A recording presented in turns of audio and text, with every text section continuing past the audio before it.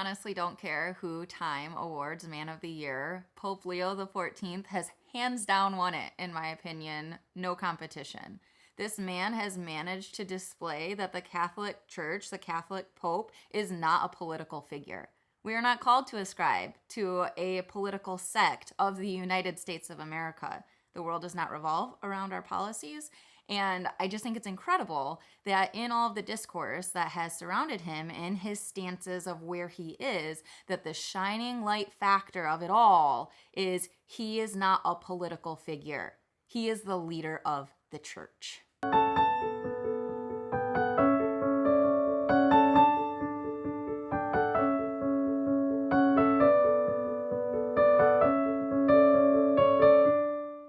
Hey guys, Allie Marie here. Welcome back to My Catholic Perspective. Today I wanted to share some thoughts that I've had on Pope Leo XIV since he was elected that I haven't really seen shared elsewhere. Now, I know I just said that the United States is its own entity. When the Pope speaks, he speaks to the world. That's something that I said a lot with Pope Francis, right? He's speaking to the world. But we are in a unique situation here where the Pope is our very first American Pope. And not only is he American, he's from the United States of America. So our first North American Pope, our first United States Pope. And when I think about the fact that he is the 267th Pope, I think about the fact that America, the United States of America, is not 267 years old yet. In fact, we turn 267 years old in the year 2043. That would mean that it's very possible that Pope Leo the 14th will be our Pope in the same year that we turn 267 years old.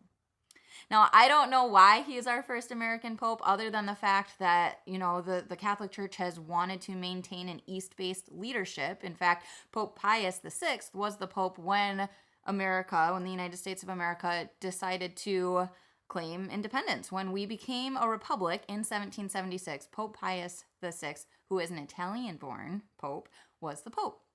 And I think it's interesting just to kind of see this progression of who is the Pope, who is reigning, who is speaking to the world, and then who is speaking to America, who is speaking to the least of these, who is speaking to the family that we have created in Christ.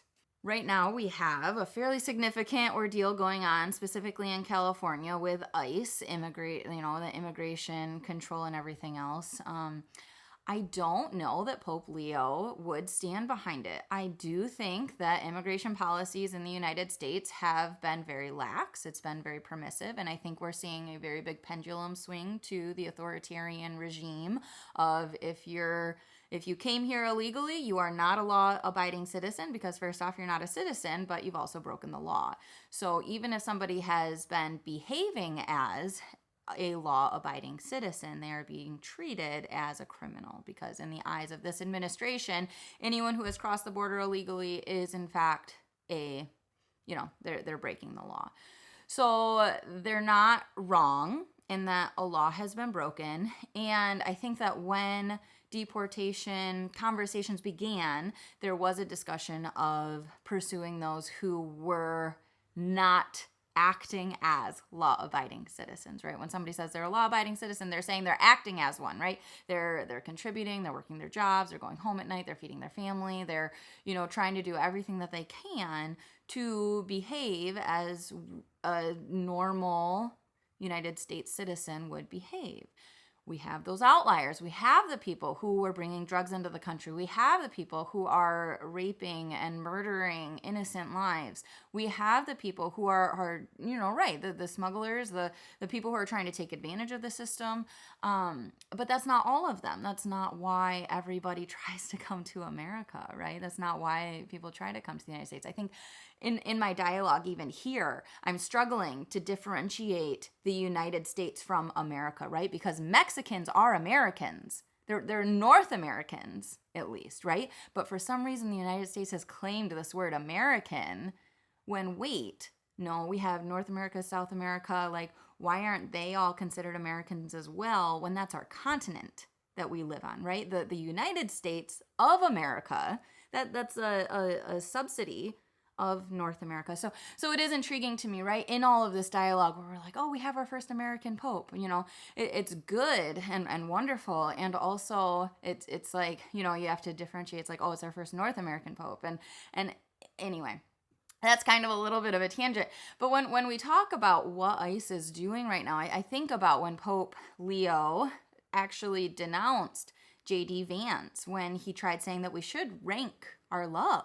Before he was elected Pope, he did state on social media, J.D. Vance is wrong. Jesus doesn't ask us to rank our loves for others.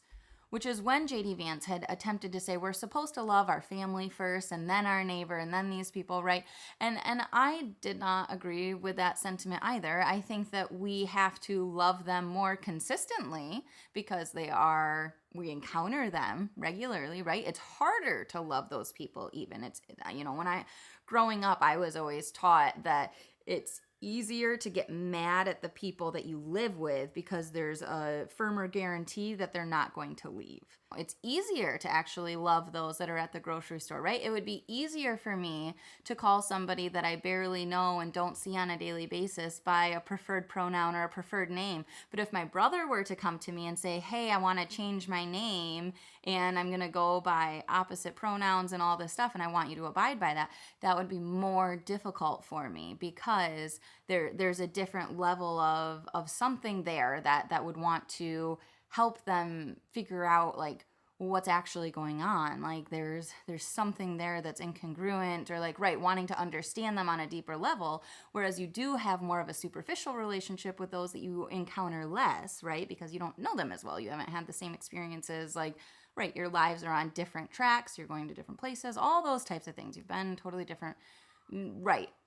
Other than living in the same home, which brings about its own thing. So I find Pope Leo as being somebody that has a very family-centric mindset. He has spoken out plenty of times on the family, on how it's so important that people are maintaining marriage as between a man and a woman, and that this example of the graces that are brought forward from the sacrament of marriage within the Catholic faith are exemplified and turned to. Above all, he's stressed how important peace, justice, and truth are the cornerstones to a loving and well-balanced nation. I honestly think it's cool that he grew up in Chicago. I only live 2.5 hours away from there. And so to know that that's where he was, he grew up with siblings. I think we've all seen the stories at this point about how he used to play mass with the ironing board. And he wanted to do all these things almost like this was his destiny to some extent. This was always where he was headed. One of my daughters wants to go to daily mass. I feel like if we lived in a neighborhood where she could just walk to the parish, she would willingly she would just walk to mass by herself every day if she could, So just to see that whenever she talks like that or speaks about different things, it's like, man, are you going to grow up to be a nun one day? Like, how cool would that be? She has these aspirations to be a vet and have a farm and all these things. I know she's still young, but they've been so consistent and so solidified and all these things. I know they can change in a heartbeat. But this idea of, man, what if she were to be, create an order where they did work on a farm and they did all these things, maybe for the homeless people, maybe they brought other people in to help. She has this idea that my husband, her dad, is going to build a house on a lot of property, and then we're going to have a bunch of houses around the edges of it for all the people that are going to help on the farm. She has all these thoughts, and I don't know if it's just coming from The Biggest Little Farm, from us watching that pretty consistently, or where exactly that comes from, because it just seems so intrinsic. And so when I look at Pope Leo and I see how he's been described and where he came from, and right, we finally, right, what did I see? We have a deep dish pizza Pope. Right, because Chicago's known for deep dish, Gino's East. Like, everyone knows it. That's from around here. My main point that really stood out to me with Pope Leo being the first Pope from the United States of America, which could have only happened in the last 249 years, because that's, we'll be celebrating 249 years as a republic this July 4th.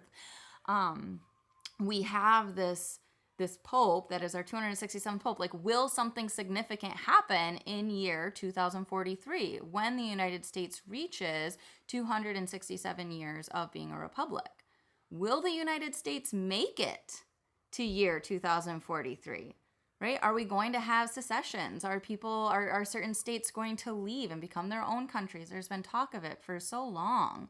And now, obviously, with everything going on with California, there has been like the rioting, which I know for like Pope Francis would also not support that. There is a level of submittal to authority that is called of Christians, right? We are called to submit, and also we need to stand up to injustice. So there's a balance here, right? How do you have peace, truth, and justice in this situation? How can all three come in? Because right now we definitely don't have peace.